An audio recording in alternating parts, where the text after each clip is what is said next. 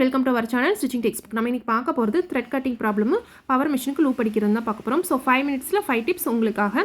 So tip number 1 என்னென்னு பார்த்தீங்கன்னா high low, அதாவது ஆயில் வந்து ஃபஸ்ட்டு எந்த மிஷினாக இருக்கட்டும், மெரிட் பெரிய மிஷினாக இருக்கட்டும், ஜின் ஜாக் ஜுக்கு எதுவாக இருந்தாலும் ஆயில் கரெக்டாக இருக்குதான்னு பார்த்துக்கோங்க. ஸோ ஹையில் இல்லை லோவில் இருக்குன்னா ஆயில் வந்துட்டு நீங்கள் ஊற்றிக்கோங்க. அடுத்து அந்த ஃபில்டர்லாம் ஏதாச்சும் தூசி போய் சிக்கியிருக்கா அடைச்சிருக்கான்னு பார்த்துக்கோங்க, அதையும் கிளியர் பண்ணிக்கோங்க. பாபின் கேஸ் போட்ட இடத்துல நூலெல்லாம் ரவுண்டாக சிக்காமல் நீட்டாக இருக்குதான்னு பார்த்துக்கோங்க. ஏன்னா கொஞ்சமாக நூல் சிக்கியிருந்தாலும் லூப்பும் அடிக்கலாம், த்ரெட்டும் கட் ஆகலாம். ஸோ 2 ப்ராப்ளமே வந்துட்டு நடக்கலாம். சரிங்களா? அடுத்த டிப் ரொம்ப முக்கியமான டிப் நம்பர் 2 என்னன்னு பார்த்தீங்கன்னா பாபின் கேஸ் வந்துட்டு கீழே நான் வந்து நிறைய தடவை விழுந்துருச்சு. நூல் வந்து நம்ம சுத்தம் போது மெஷின் லைட்டாக வைப்ரேட் ஆகும் இல்லைங்களா, அந்த சமயத்தில் இந்த பாபின் கேஸ் வந்து கீழே விழுந்துருது.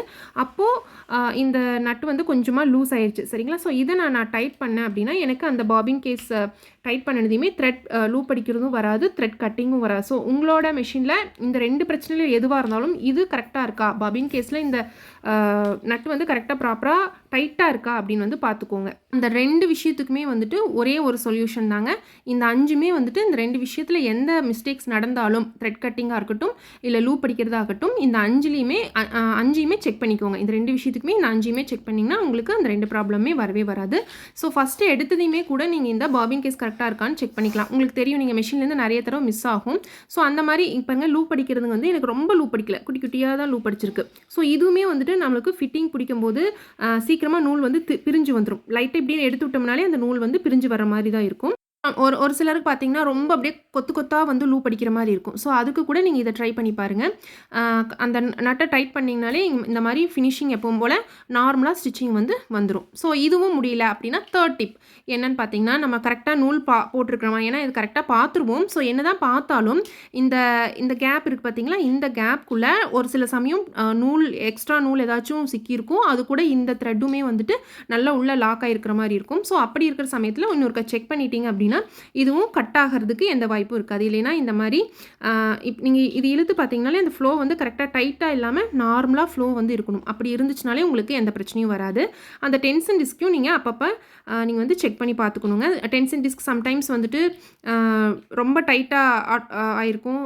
அது நீங்கள் கொஞ்சம் டைட்டு இல்லை லூஸ் வந்து கரெக்ட் பண்ணி பார்த்தீங்கனாலே உங்களுக்கு ஐடியா கிடச்சிரும். பாபினில் நூல் சுற்றுறது அப்படி தாங்க, இந்த மாதிரி கொச்சன்ட்டு இல்லாமல் நீட்டாக ப்ராப்பராகவும் சுற்றி இருக்கணும். அதையும் ஒருக்கா செக் பண்ணிக்கோங்க. ஸோ டிப் நம்பர் 4 வந்துட்டு ரொம்ப முக்கியம். ஸோ இந்த நூல் அருந்து போகிறதுக்கு ரொம்ப மெயினான ரீசன் என்னவாக இருக்குன்னா, நீங்கள் தடிமனாக ஏதாச்சும் ஊசி வச்சு ஸ்டிச் பண்ணியிருப்பீங்க. ஆக்சுவலாக நான் வந்துட்டு லஞ்ச் பேக் பிஞ்சிருச்சுன்னு சொல்லிட்டு நான் ஸ்டிச் பண்ணேன். அதனால என்ன ஆயிடுச்சுன்னு பார்த்தீங்கன்னா ப்ளவுஸ் ஸ்டிச் பண்ணும்போதே வந்துட்டு எனக்கு துணி சுருக்கமாக அப்படியே இழுத்துகிட்டே இருந்துச்சு. ஸோ நம்ம எப்போவுமே அந்த மாதிரி சுருக்கமாக இழுத்தாலோ நூல் கட்டானாலோ உள்ளுக்குள்ளேருந்து நூல் எடுக்கலைனாலோ நம்ம எப்படி செக் பண்ணணும்னா இந்த மாதிரி நீடில் வந்துட்டு உடஞ்சிருக்கா இல்லையான்னு செக் பண்ணணும். உடஞ்சதுன்னா ஃபுல்லாக உடையாதுங்க, வளைஞ்சும் கூட இருக்காது. கீழே அந்த ஷார்ப்னஸ் இருக்கு இல்லைங்களா, அந்த ஷார்ப்னஸ் வந்துட்டு இந்த மாதிரி இழுத்தா சீக்கிர மாதிரி இருக்கும் கையில். அது அப்படின்னா அந்த லைட்டாக மட்டும் அந்த ஷார்ப்னஸ் மட்டும் உடஞ்சிருக்கும். ஸோ அப்படி இருக்கும்போது இந்த மாதிரி லூப்பும் அடிக்கும், நூல் அந்தும் போகும். ப்ளவுஸ் வந்து தைக்கும் போது என்ன ஆகும்னா நீளமாக ஒரே ஒரு நூல் மட்டும் இழுத்துட்டு வரும் இல்லைங்களா, அது வந்துட்டு நீடில் சேஞ்ச் பண்ணிங்க அப்படின்னாலே மாறிக்கும். ஸோ டென்ஷன் டிஸ்க்கும் அப்பப்போ செக் பண்ணி பார்த்துக்கோங்க. So tip number 5 last tip என்னென்னு பார்த்தீங்க அப்படின்னா, இந்த மாதிரி ஸ்டிச் பண்ணிவிட்டு நம்ம எண்டில் வந்துட்டு ஃபினிஷ் பண்ணும்போது என்ன பண்ணணும் அப்படின்னா, பாருங்கள் இது ஃபினிஷ் பண்ணுறேன்.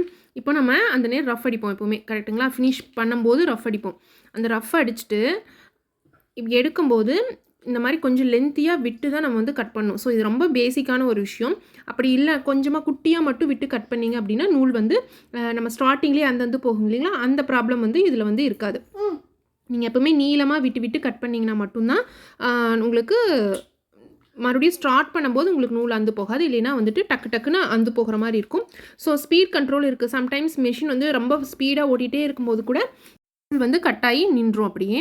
ஸோ இங்கே பாருங்கள், இது ஸ்டிச் பண்ணிவிட்டு இதில் ரஃப் அடிக்கிறோம் இல்லைங்களா, ரஃப் அடிச்சுட்டு நம்ம என்ன பண்ணுவோம், சம்டைம்ஸ் சில பேசிக்காக பிகினர்ஸாக இருக்கிறவங்க குட்டியாக வந்து இப்படி கட் பண்ணுவாங்க. அப்படி கட் பண்ணும்போது என்ன ஆகும் அப்படின்னா, பாருங்கள் அது குட்டியாக இருக்கா, அது வந்து நூல் எடுத்து ஸ்டிச் பண்ணுறதுக்கு அந்த லென்த் வந்து பத்தாது நம்மளுக்கு. அப்போ நம்ம எடுத்ததையும் ஸ்டார்டிங்கில் ஃபாஸ்ட்டாக ஸ்டார்ட் பண்ணுவோம் எப்போவுமே இல்லைங்களா, அப்படி ஸ்டார்ட் பண்ணும்போது இந்த மாதிரி நூல் அந்த வந்து போயிடும். மேலே இருக்கிறதும் த்ரெட் வந்து அந்து போயிருக்கும். கீழே பாபின் கேஸ் நான் எடுத்து காட்டுறேன் பாருங்கள், அந்த பாபின் கேஸ்லேயும் வந்துட்டு அந்த பாபின் கேஸை விட்டு த்ரெட் வெளியில் வந்திருக்கும். ஸோ இந்த 2மே வந்து உங்களுக்கு ஸ்டிச்சிங் போது நடக்கலாம். வீடியோவில் சொன்ன 5 டிப்ஸுமே உங்களுக்கு யூஸ்ஃபுல்லாக இருக்கும்னு நினைக்கிறேன். அப்படி யூஸ்ஃபுல்லாக இருந்துச்சுன்னா கண்டிப்பாக நம்ம சேனலுக்கு சப்ஸ்கிரைப் பண்ண மறக்காதீங்க. தேங்க்ஸ் ஃபார் வாட்சிங்.